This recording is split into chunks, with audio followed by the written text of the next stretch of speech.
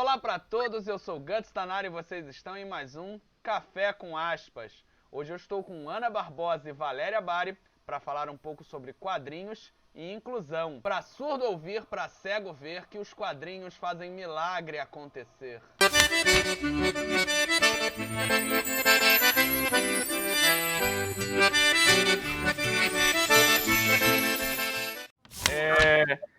Infelizmente eu não pude me preparar muito, então eu vou aqui diretamente ter que improvisar muita coisa com vocês, para que a gente possa conversar e tirar o máximo possível desse tema, tá? A inclusão social, ela tem sido, a inclusão das pessoas com deficiência tem sido cada vez mais uma questão contínua no ensino.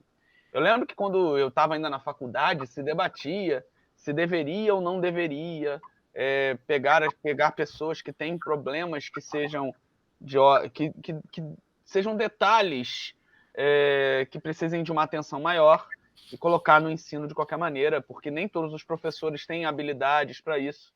Mas eu acho que se tem uma coisa que o professor no Brasil tem é a capacidade de inovar e de se preparar, mesmo quando ele está no combate, mesmo quando ele não está sendo bem pago. E a gente está encarando essa meta. Então, você que é professor, está assistindo esse vídeo, você que é pesquisador do universo dos quadrinhos e, de uma maneira ou de outra, a maioria de nós pesquisadores trabalhamos também com a parte educativa. A ideia aqui é que a gente possa debater o que essas pesquisadoras estão fazendo, estão trabalhando, para que a gente possa passar ideias que depois vocês vão poder reutilizar ou adaptar para o seu dia a dia para incluir os seus alunos utilizando os quadrinhos. Então vamos lá, passo a palavra para a Valéria para ela falar um pouco para a gente sobre o tema. Olá a todos, bom dia, boa tarde, boa noite. Meu nome é Valéria Bari, eu sou professora da Universidade Federal de Sergipe e pertenço a um curso de Biblioteconomia e Documentação e a um programa de pós-graduação em Ciência da Informação. E tenho todos esses anos desenvolvido pesquisas sobre a leitura, a formação do leitor e as narrativas sequenciais gráficas, dentre as quais nós incluímos aqui as histórias em quadrinhos. Em especial para este programa, nós vamos trazer as experiências que estão sendo feitas no Brasil inteiro. Em especial, eu tenho me dedicado a participar desses experimentos, a tentar trazer uma inovação e a tentar trazer aplicações e aplicabilidade, porque estamos falando de inclusão. E inclusão, ele é um conceito que está sendo usado com grande amplitude com relação a toda a natureza de diferenças. Então, para fazer um recorte, para tornar cientificamente observável, para a gente poder aplicar as teorias corretas, embora eu trabalhe em todos os campos da inclusão, inclusive muito com inclusão social, aqui esse recorte que a gente vai apresentar hoje é para pessoas que têm necessidades especiais. E falando assim, mais claramente, quando a pessoa apresenta baixa visão ou cegueira, baixa audição ou surdez, ou deficiência mental em vários níveis, né? Desde o limítrofe até a pessoa que tem profundo retardo. Isso tudo implica em uma didática que seja de compensação. Eu me apoio muito nos estudos do Vygotsky, quando ele fala da compensação. Ele fala que o ser humano ele tem vários sentidos e que biologicamente esses sentidos eles estão disponíveis para compensar outros sentidos que estejam prejudicados por qualquer circunstância. É assim que um ser vivo é feito, e é assim que um ser humano é feito, e nosso cérebro tem plasticidade para se adaptar a essa nova circunstância. O que acontece é que a sociedade não se preocupa com isso. A sociedade quer oferecer um produto padronizado, que é acessível a uma maioria, mas que tem uma minoria que fica marginalizada em relação a fruição cultural desse produto, desse bem cultural, desse registro, dessa forma de relacionamento com a informação e com o conhecimento. Então, temos trabalhado no contorno, né? Na compensação, e hoje o Gustavo nos convidou especialmente para falar das compensações. E elas estão avançando para uma teorização que eu vou apresentar brevemente para vocês e a Ana também, que é o formato universal. As propriedades universais de um registro, que aí propicia um acesso muito facilitado para todas as pessoas que estão ali num grupo heterogêneo. Seria o correspondente da sociedade, né? O espelho da sociedade. A sociedade é heterogênea. Quando nós queremos homogeneizar, nós acabamos tirando da equação o diferente. E é isso que a gente quer combater. Eu vou passar a minha palavra para a Ana, que é a outra convidada, eu tenho a formação em biblioteconomia, documentação, mestrado em comunicação, doutorado em informação. E ela tem outra formação, ela vai falar para vocês um pouquinho sobre ela. Fala, Ana. Olá, bom dia, boa tarde, boa noite. Também cumprimento a todos. E eu sou Ana Laura, e estou também nesse debate dos quadrinhos e inclusão, porque estou atualmente fazendo uma pesquisa de mestrado pelo Programa de Pós-Graduação em Ciência da Informação da Universidade Federal de Sergipe, e como formação, na graduação, eu sou pedagoga e já trabalho pelo Estado e pelo município, o Estado de Sergipe e o município de Aracaju, já trabalho com a questão da inclusão, tenho discutido e trabalhado nesse sentido, e, por conta disso, quando adentrei ao mestrado, o meu tema, me voltei para discutir a questão da inclusão. E tenho como título lá da minha pesquisa, Redimensionando a linguagem das histórias em quadrinhos para incluir a pessoa com deficiência visual. Então, a gente tem buscado pensar de que forma a linguagem das histórias em quadrinhos podem ser acessíveis também à pessoa com deficiência visual, pois sabemos que é uma linguagem híbrida que envolve tanto a linguagem verbal como a linguagem visual. Então, como tornar acessível também a pessoa com deficiência visual, já que a gente tem com muita frequência essa linguagem, tanto no trabalho de letramento das crianças, desde a educação infantil, quanto nos livros didáticos até o ensino médio e por todo o histórico escolar, a gente perpassa pela linguagem das histórias em quadrinhos, não só como um gênero trabalhado, mas também como um recurso para trabalhar vários outros temas.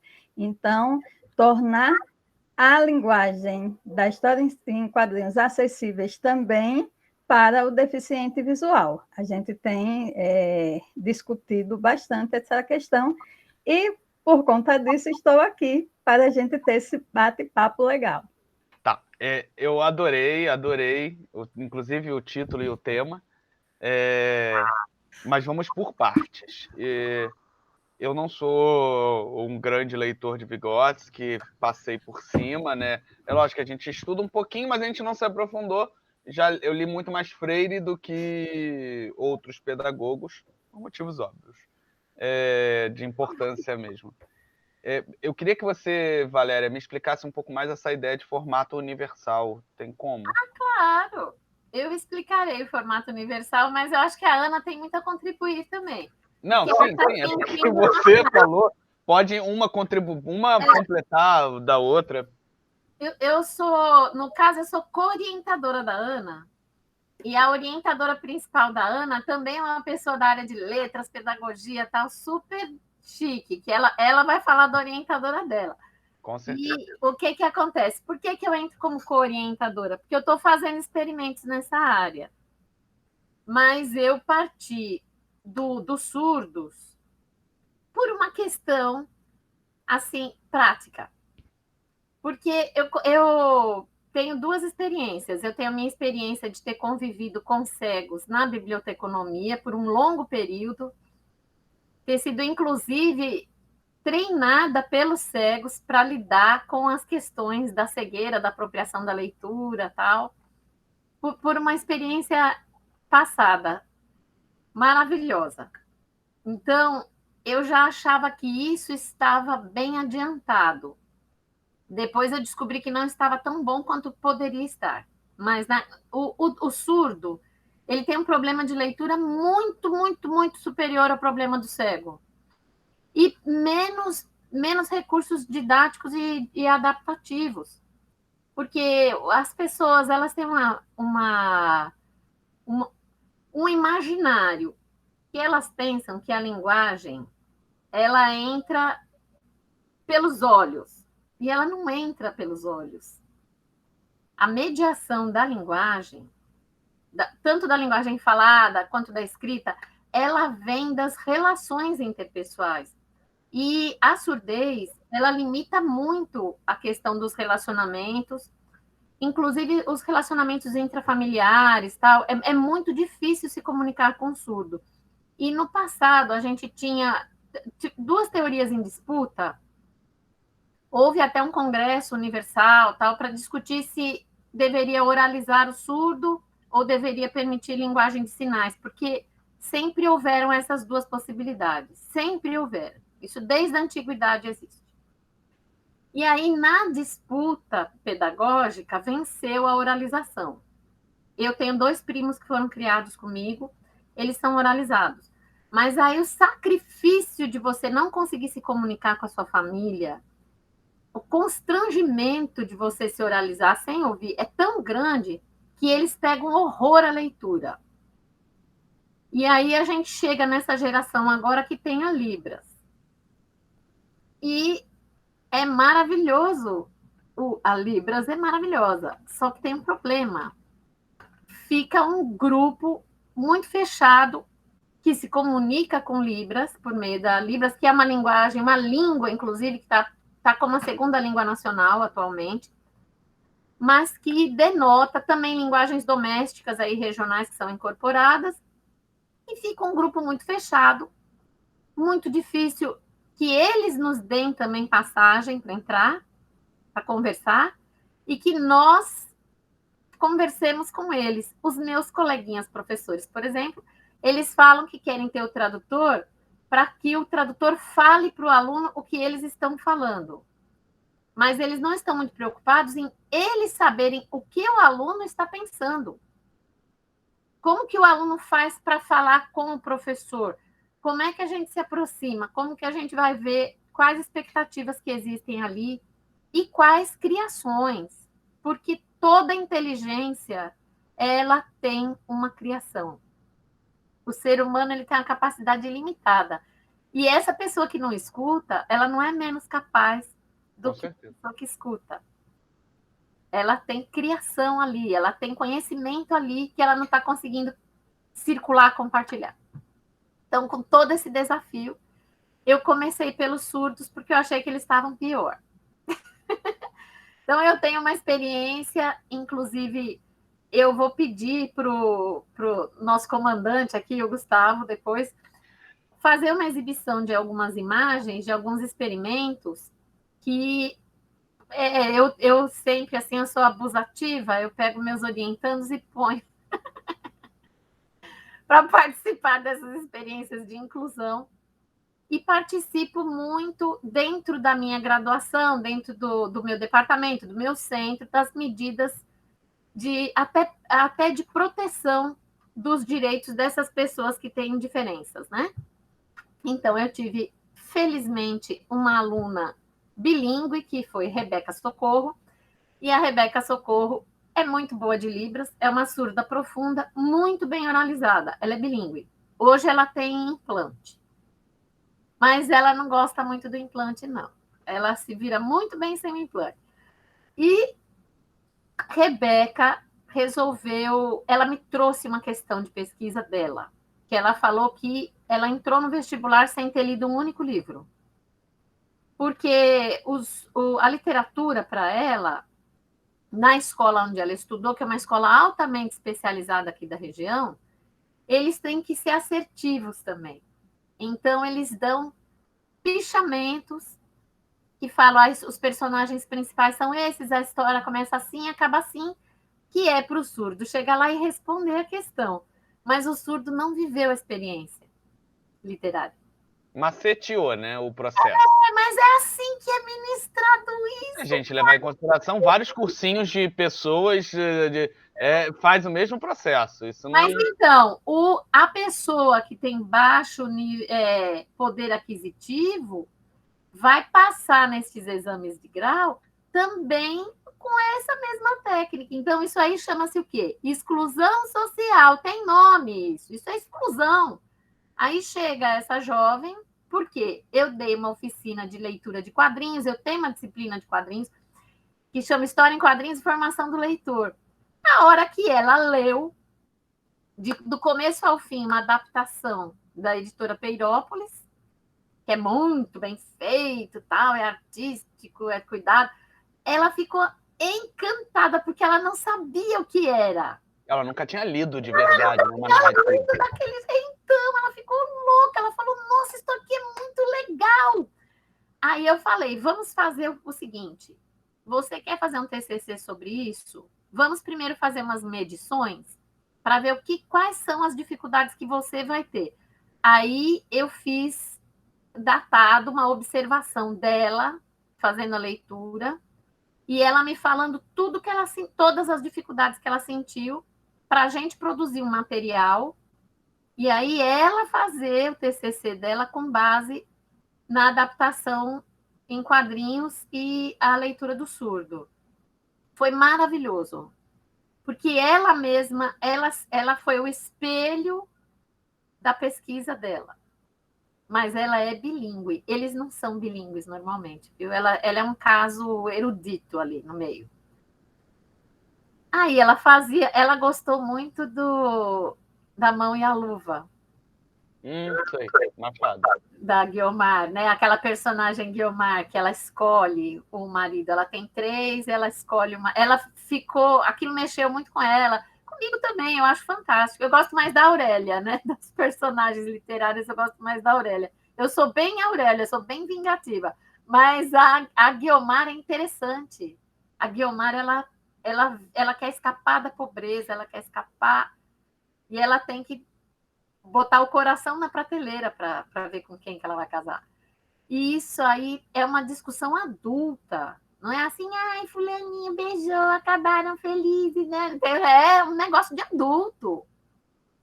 A menina ficou enlouquecida, leu toda aquela coleção da Peirópolis e foi fazendo. Uma coisa interessante da Rebeca é que ela falou que as proparoxítonas são difíceis.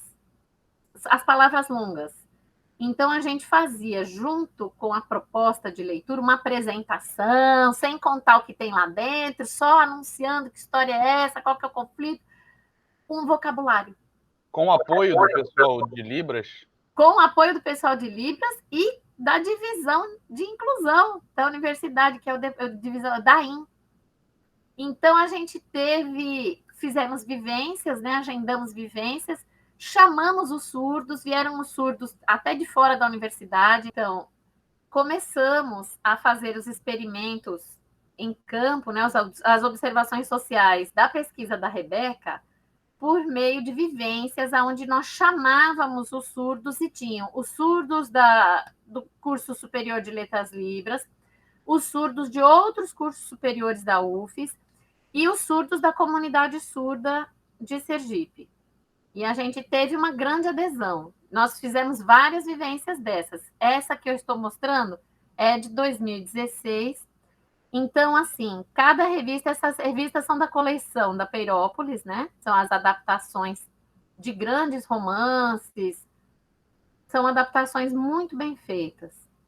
E aí, esse papelzinho que tem junto às publicações é a ficha de leitura, que seria como se fosse um mapa do tesouro, que a Rebeca fez para cada uma dessas leituras, falando qual que era o tema, fazia uma questão lá para descrever o que acontecerá, o que vai acontecer agora, contava, fazia um suspense, não entregava o texto, não entregava o enredo, e as palavras que a pessoa fosse encontrar, as tais proparoxítonas, que eles têm tanta dificuldade, as palavras longas, com uma definição que não é uma definição de dicionário, enciclopédia, era o que queria dizer numa língua o mais coloquial possível.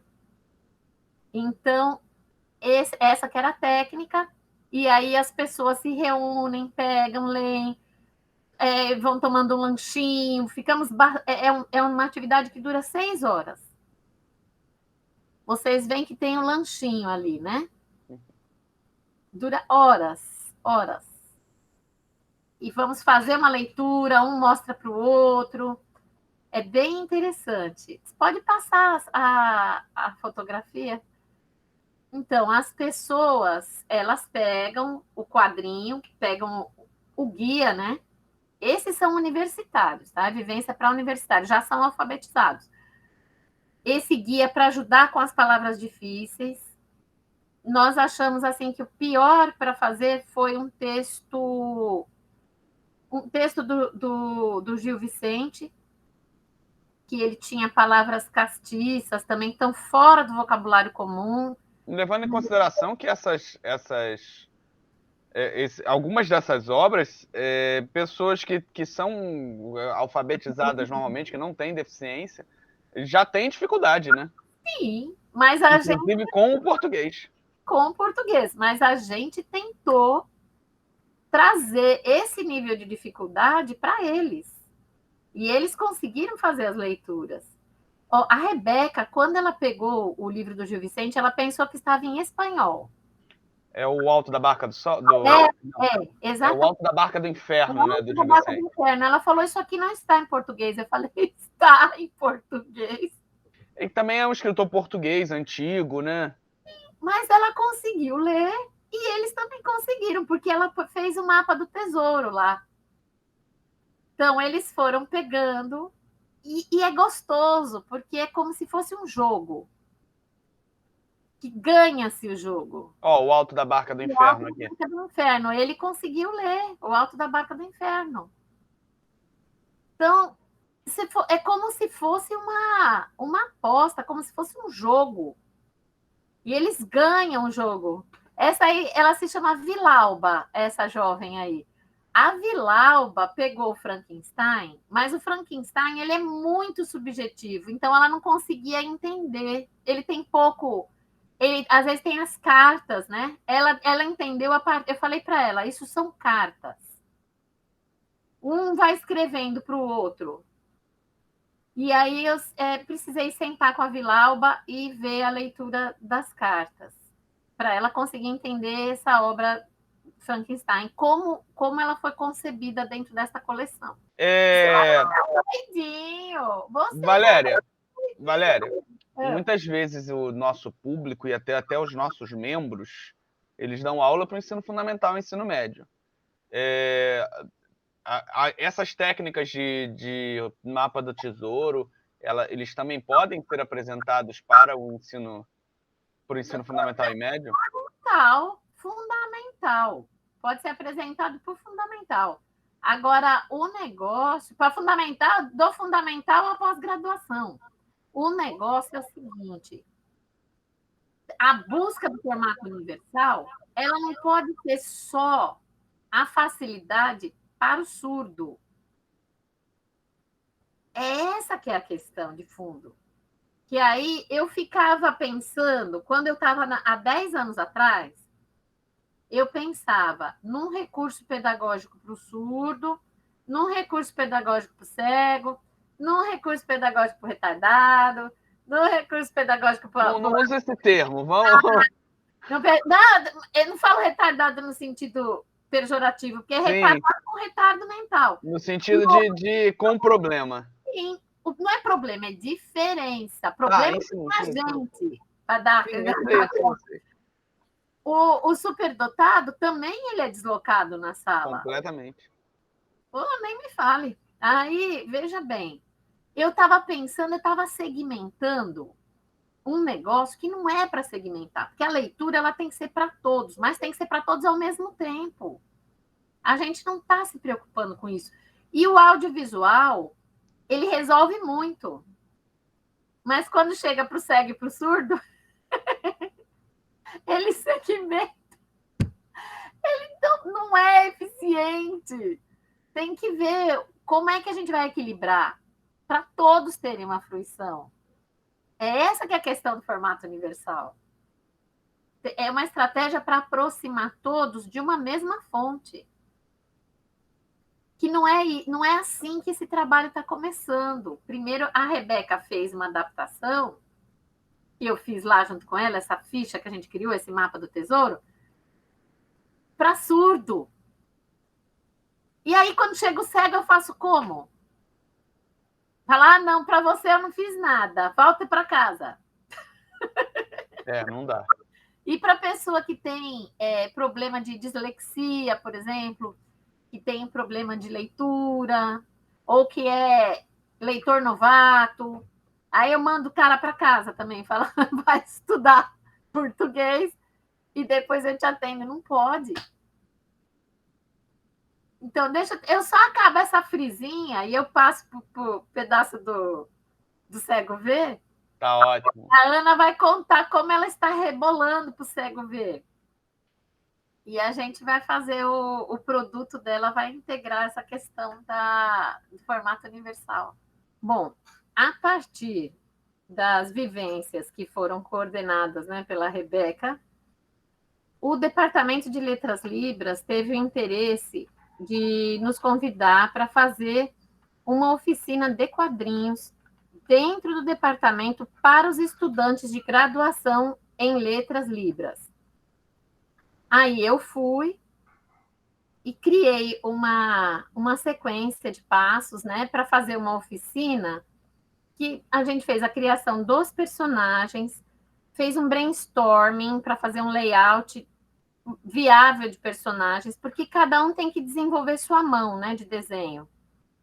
Depois que faz o brainstorming, você propõe de uma história conhecida. Eu pedi para eles trazerem os livros que eles estavam lendo e tentar quadrinizar os livros que eles estavam lendo. Esse painel que está sendo mostrado, ele é o do brainstorming, que eu faço desenhar, vamos dizer, 20 figuras que podem se tornar personagem em 1 minuto. E aí elas têm que ter aquelas propriedades que o MacLeod descreve. O MacLeod descreve que o personagem ele tem que ter mobilidade, ele tem que ter expressão e ele tem que ter identidade. Então tem que ser um personagem próprio, ele tem que ter pelo menos uma coisa que se mexa para ter a mobilidade, ele tem que ter identidade, ele tem que ser diferente das outras coisas que estão no ambiente do desenho. E ele tem que ter expressão, expressividade. Então, normalmente a gente dá expressão com olho, com boca, com nariz, com sobrancelha. Sobrancelha é muito boa para dar, né?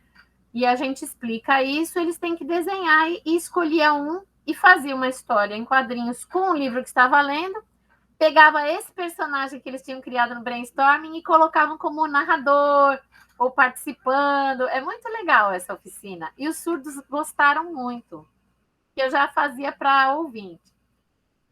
E aí o nosso relacionamento se estreitou. Quando foi em 2018, eu já estava ministrando aulas dentro da disciplina Literatura 1.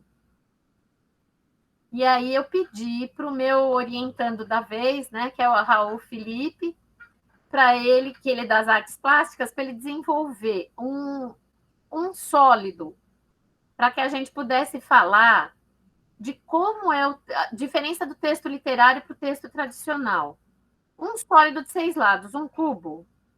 Nós discutimos a jornada do herói. tinha 12 passos da jornada, a gente pedia para os participantes da disciplina escolherem 6 desses 12, que toda a história mais ou menos tem, colocar no cubo para ver como que é o giro da história, porque uma história para crianças, ela tem um circuito natural, começo, meio e fim. Para adultos, não. Então, pessoal, a questão da técnica do cubo, nos cards aí que estão ali acompanhando este vídeo, vocês pesquisem depois que a gente tem um vídeo mais aprofundado sobre isso. Essa técnica, ela começa a ser aplicada aqui nessa disciplina de letras libras. Esse é um grupo que tem surdos e ouvintes, e a gente vai trabalhar com teoria literária e explicar a diferença do discurso literário, do literatura para adultos e da literatura para crianças. Pode ir rodando aqui, que aí eu trabalho com os intérpretes, né, do curso de Letras Libras. A gente é muito bem assistido. E eu estou com o Raul Felipe, que vocês viram ele, um barbudinho que aparece ali, ó, um jovem. Raul Felipe da Silva Rodrigues. E aí, depois dessa experiência, a gente já tem a experiência seguinte, que é quando os surdos que participaram dessas vivências, eles vão passar a disseminar esses conhecimentos que eles obtiveram. Olha, esse é o Raul, e ele, no caso, uma parte a gente fez junto com os alunos, mas a gente vendo, às vezes, que o tempo era limitado das aulas, nós também adiantávamos o corte, por exemplo, do molde do cubo, porque para que esse cubo fique pronto, leva 5 semanas, 6 semanas, porque nós vamos fazer a estrutura narrativa que vai compor este cubo. Então, pode mover a imagem. Então, aí ele estava fazendo o acabamento e a colagem, porque a gente deixou as pessoas recortarem e a gente fez a colagem para ficar mais seguro. E o resultado é no caso, eles fizeram o quadrinho mudo, porque a gente explicou que o quadrinho ele tem um componente sonoro. Quando você faz o quadrinho sem onomatopeia e sem palavras, ele é o chamado quadrinho mudo. E eles fizeram quadrinhos mudos a partir do romance Iracema. Aí agora já mudou um pouco aqui. Esse trabalho foi feito a partir de Iracema, do José de Alencar. Então, é mudo, não tem nenhuma palavra escrita. Com esse material, eles podem contar este romance, eles podem mostrar essa narrativa para outras pessoas que são surdas também ou ouvintes. Aí a gente já estava trabalhando com formato universal.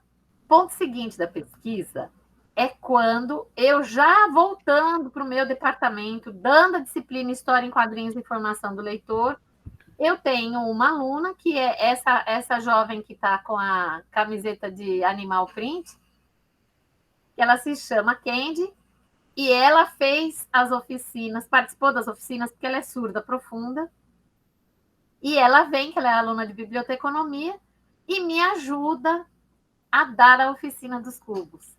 E aí tem um movimento dentro da sala, porque as pessoas estão acostumadas a apoiar o surdo na sala de aula.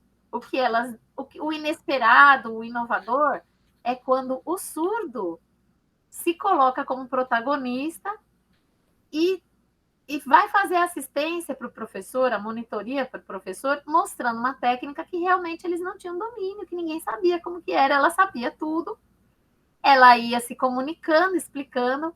Ela usa um recurso, ela usa o WhatsApp para se comunicar, porque ela não é oralizada, e ninguém sabe Libras.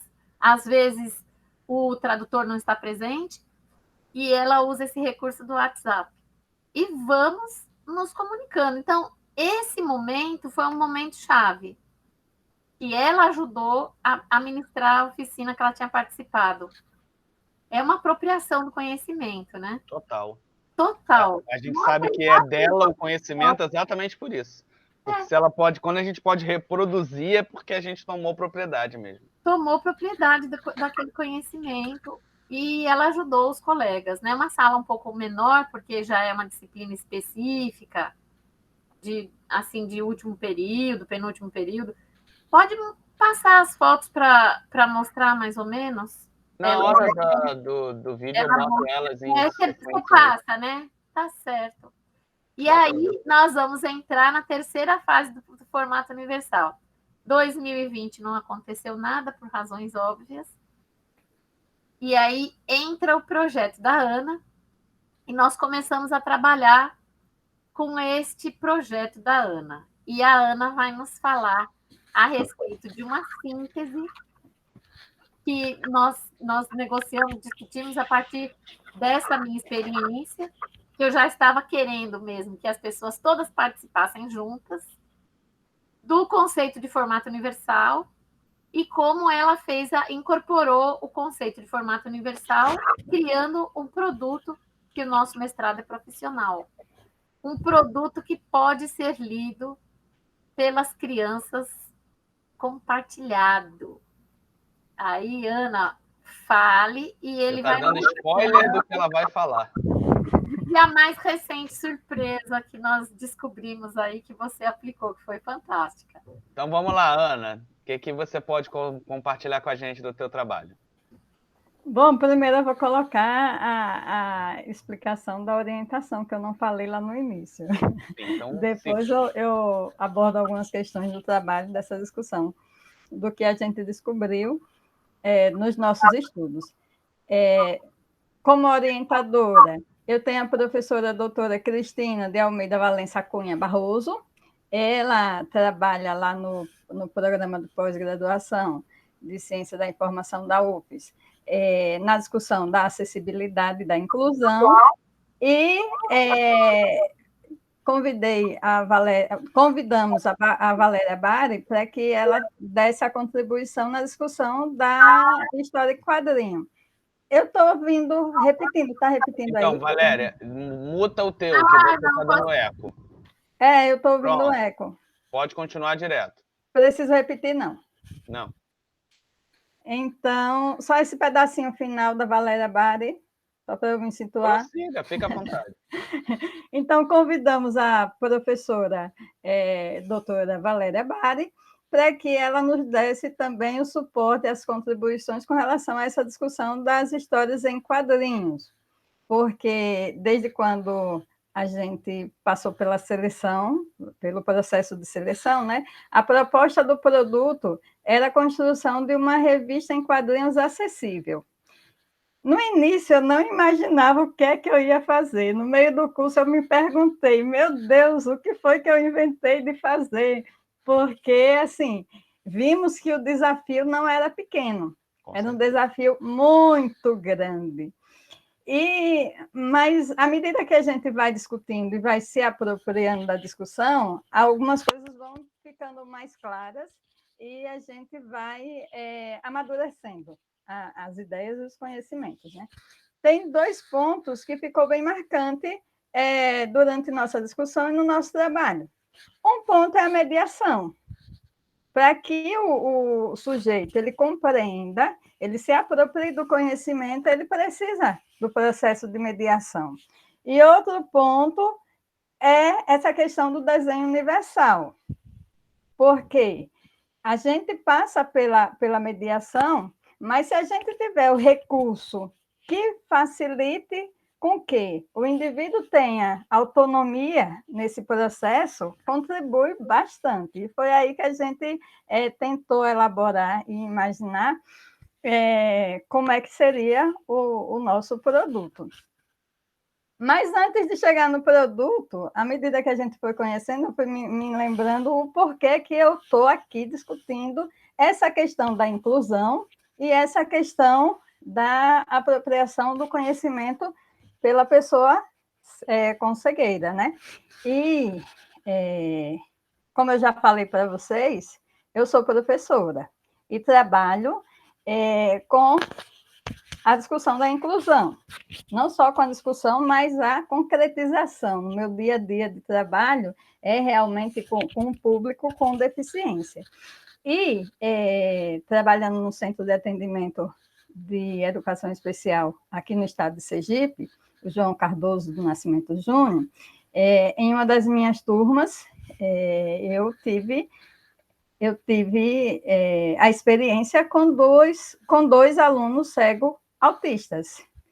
E aí o desafio, como é que eu vou fazer o meu aluno compreender alguns conceitos se ele também é autista? E olhe, o autista, toda a indicação de literatura que você tem para poder trabalhar com o autista é através do visual, o estímulo visual. E no estímulo visual, para trabalhar com o autista, para que ele entenda alguns conceitos, eu me perguntava, como é que eu vou fazer com o meu aluno cego e também autista? Então, essa discussão passou a ser algo forte em mim, porque assim, eu comecei Pesado, né? É pesado. É complexo, né? É demais. Era pouco o aluno ser cego. Cego né? autista. E assim, essa complexidade me fez me fez procurar entender como é que ele conseguia aprender. A gente, para poder se relacionar com o nosso meio, se relacionar com o nosso mundo, e se apropriar de hábitos e de competências, a gente tem que ir compreendendo algumas coisas. E à medida que eu trabalhava com eles, é que eu fui tentando entender como é que eles aprendiam para poder trabalhar.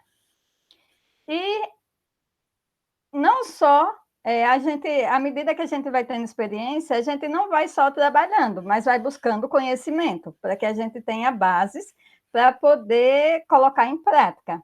E todo o conhecimento sobre o transtorno do espectro autista que a gente tem e que a gente busca é no sentido do recurso visual. E o conhecimento que a gente tem com relação à pessoa com deficiência visual é o estímulo tátil, o buscar o conhecimento através das outras questões, né?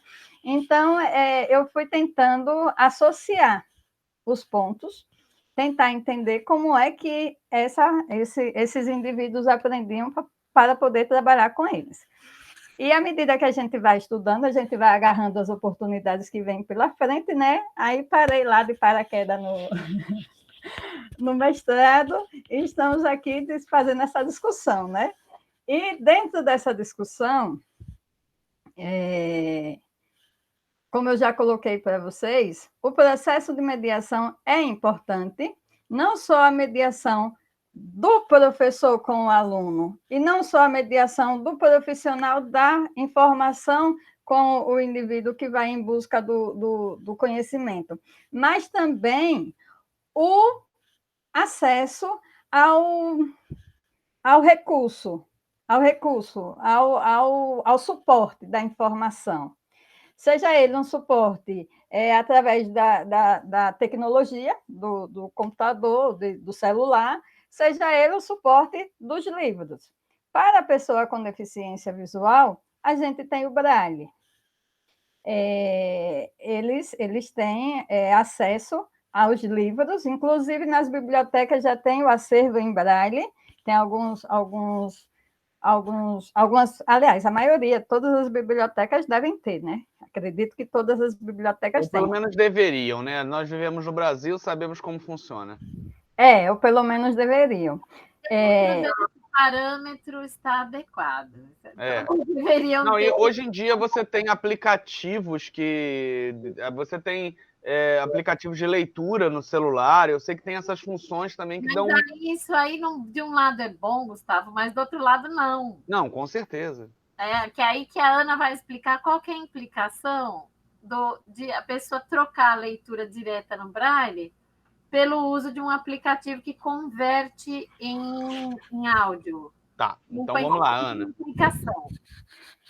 Então, a pessoa com deficiência tem acesso a esse acervo nas bibliotecas, só que,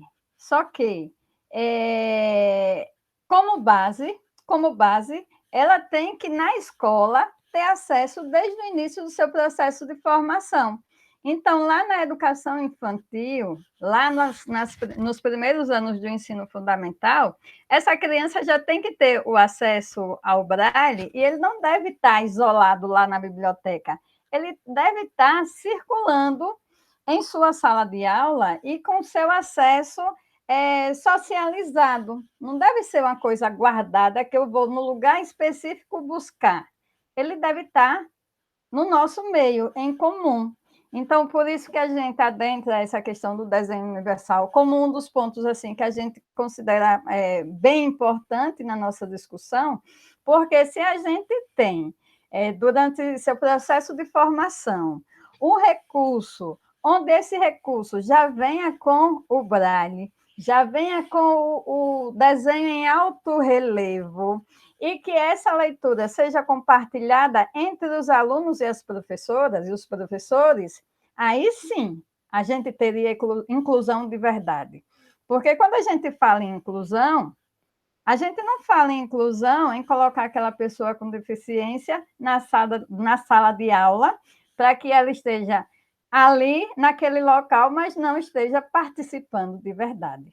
Concordo. Quando colocam uma criança com deficiência visual na sala de aula, ela vai ouvir, mas ela vai pegar seu livro separado dos outros e fazer sua atividade separado dos outros sem compartilhar, porque o livro dela vai ser diferente, porque aquele livro é adaptado para o Braille, e não é o livro que a turma toda está usando.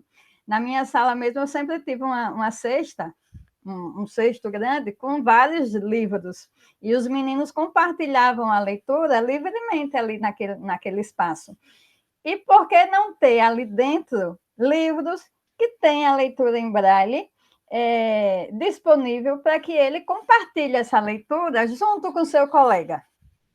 Para que na roda de leitura a professora tenha também acesso em muitos casos, a professora nem sabe o Braille, vai aprender o Braille naquele ano em que encontrou o seu aluno com deficiência. Então, o aluno tem o suporte mesmo na sala de recursos. Só que a sala de recurso é um apoio. A sala de aula, o ambiente ali que ele está se socializando com os colegas, é o espaço onde deveria estar com acesso aos suportes que eles precisam. Então, é isso. Foi quando, junto com a orientadora Cristina e com a orientadora Valéria, aí a gente entra em consenso de que não deveria ter só o Braille. A gente também tem que colocar recursos que o surdo possa ter acesso ao conhecimento. E aí tem também um SigWrite, que é uma forma de escrita. Como professora, eu sempre enganchei. SigWrite. Falei certo agora? Não importa, a gente coloca na tela, gente. Eu boto na tela o que tem que... Não, mas ela é uma mestranda, ela tem que falar certo. Eu tenho que saber na defesa, certinho. SigWrite.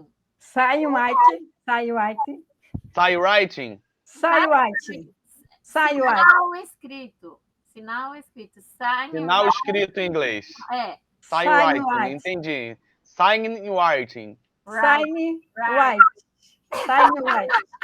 Ana, você identificou, você viu, notou um problema, né? Esse problema se apareceu para você, e aí você foi tentar, através da academia, buscar essas soluções com a sua orientadora e com sua co-orientadora.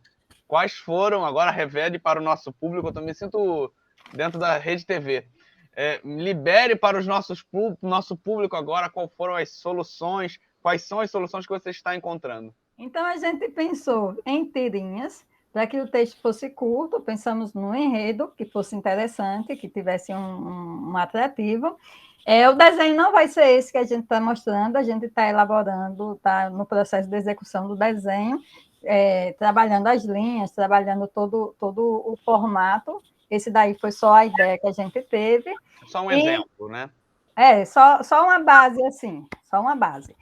E, além da tirinha, no nosso produto a gente elaborou 10 tirinhas, e além das tirinhas, a gente vai colocar 2 recursos de tecnologia assistiva, que vai ser audiodescrição. A audiodescrição a gente vai colocar para que os cegos tenham acesso à descrição das imagens, não vai ser a descrição do texto escrito, porque ele tem que interagir com o texto, ele tem que interagir na linguagem do desenho e do texto. Mas a audiodescrição vai dar o suporte do que está sendo representado em alto relevo na imagem das tirinhas. Além do recurso da audiodescrição, que é um recurso mais apropriado para a pessoa cega, lembrando que se tiver escrito em tinta, também serve para pessoas com deficiência intelectual, que é um recurso também que esclarece, também serve para pessoa com transtorno do espectro autista, que é um esclarecimento a mais para que a pessoa possa entender o contexto da tira, do enredo que está se passando ali na história em quadrinhos. E, além disso, a gente tem o SignWrite, que é os sinais escritos para que a pessoa com deficiência auditiva, o surdo, ele tenha uma compreensão melhor do que está se passando ali nas tirinhas. Então, a gente elaborou um produto com 10 tirinhas, com todos os recursos acessíveis que a gente está podendo colocar nesse produto. E a ideia desse produto é justamente ser um recurso, um suporte de informação, né, através da história em quadrinhos, que tenha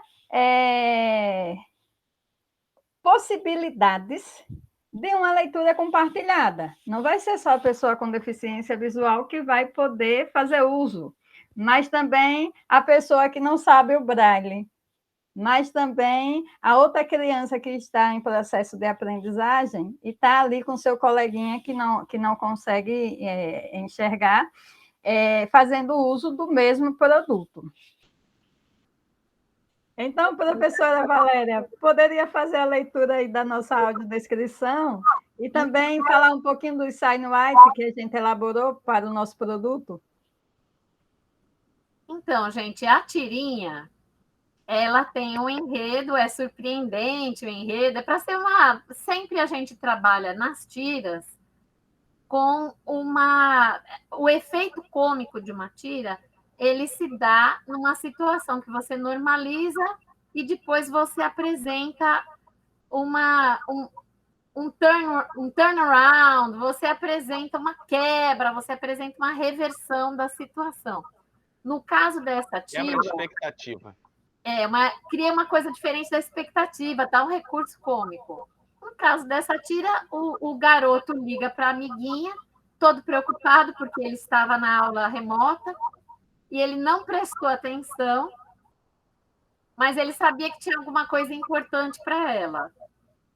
E ele ligou todo preocupado, que não tinha como ajudá-la. Mas ela tinha prestado atenção, tinha anotado, tinha pesquisado na internet o local, o trajeto, e já estava chegando no lugar aonde ela deveria estar. Ana, agora você que precisa fechar o áudio, viu? Que eu estou escutando eco. Vocês duas estão tendo um pouco de troca, mas isso não vai atrapalhar nada, não. Agora, o que acontece? Um dos recursos que a gente resolveu usar foi o SignWriting, porque torna acessível para o surdo a partir do recurso da Libras. Se você então, vamos lá. Colocar o que é o SignWriting? SignWriting é uma escrita a partir da Libras. A nossa tradutora, a Laura, é uma surda profunda e ela aqui no estado de Sergipe ela tem trabalhado com o SignWriting já incorporando a materiais voltados para surdos. Então, no caso, essa página ela vai ser incorporada no produto e tenha o título, que é Dialogando Inclusão em Tirinhas de Formato Universal. E aí, o que está descrevendo aqui é o texto de apresentação da tirinha Liberdade, que é essa primeira. O que está escrito aí? Começa aqui, ó, de cima para baixo, da esquerda para a direita, da esquerda para a direita.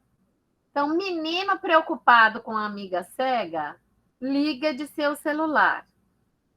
Ele não prestou atenção na aula e não sabe como ajudá-la. A menina cega prestou atenção e soube utilizar as informações da internet. É isso que está escrito aqui nessa descrição de signwriting, que vai trabalhar junto com os outros elementos nessa publicação de formato universal, que ela vai ser impressa num recurso que chama-se Braille Tinta.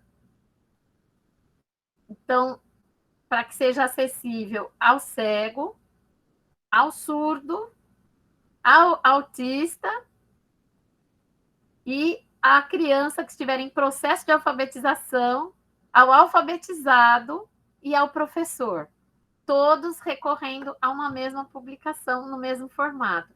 Isso e dá aí, uma relação que é um formato universal. Agora eu entendi. Mas dá um trabalho. E curioso que você, lá no início, eu perguntei, você começou a falar uma coisa, eu pensei assim, ela não me respondeu. Mas, na verdade, é porque a resposta era o final. Isso aqui é tipo o Sexto Sentido. A gente, no final, é que fica entendendo o que está acontecendo. Que você tem a resposta. Exatamente. Agora é o nosso Eu Vejo Gente Morta. Eu vejo gente morta. Aí estão os lençóis dos fantasmas. Exatamente. E a Ana ativa no lençol do fantasma. Então, isso aí vai ser feito com as 10 tiras.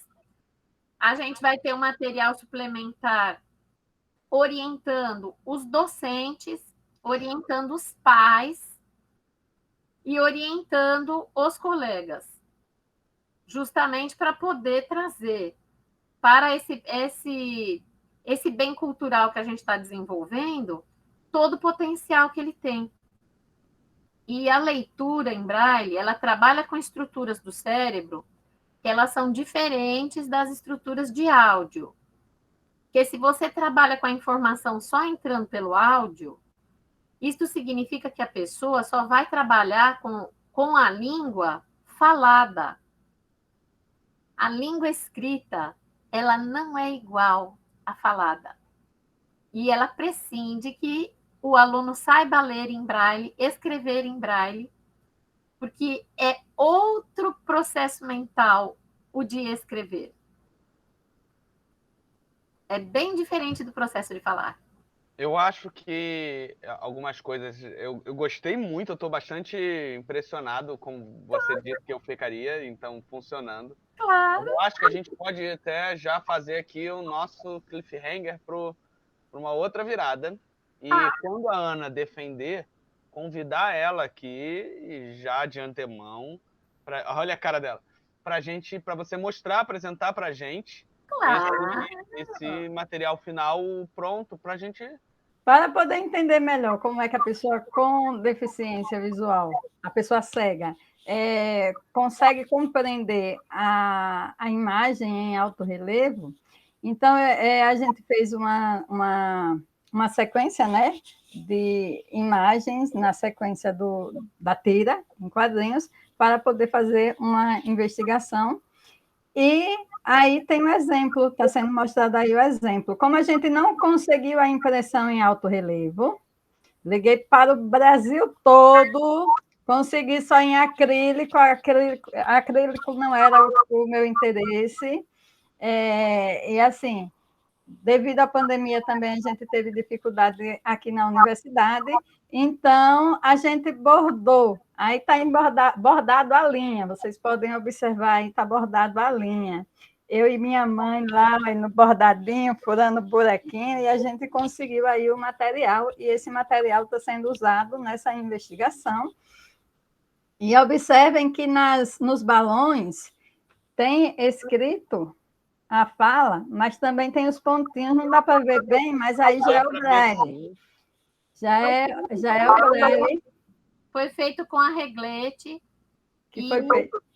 Tem uma escrita para a pessoa enxergar, para o vidente, e para o cego tem o braille. Nesse caso, está sendo manual, devido à dificuldade que a gente tem em acesso à tecnologia que possibilita os recursos acessíveis. Isso é um ponto que a gente precisa discutir, as gráficas e as editoras precisam ver aí as possibilidades de fazer com que a inclusão aconteça de verdade, sem que seja tão difícil.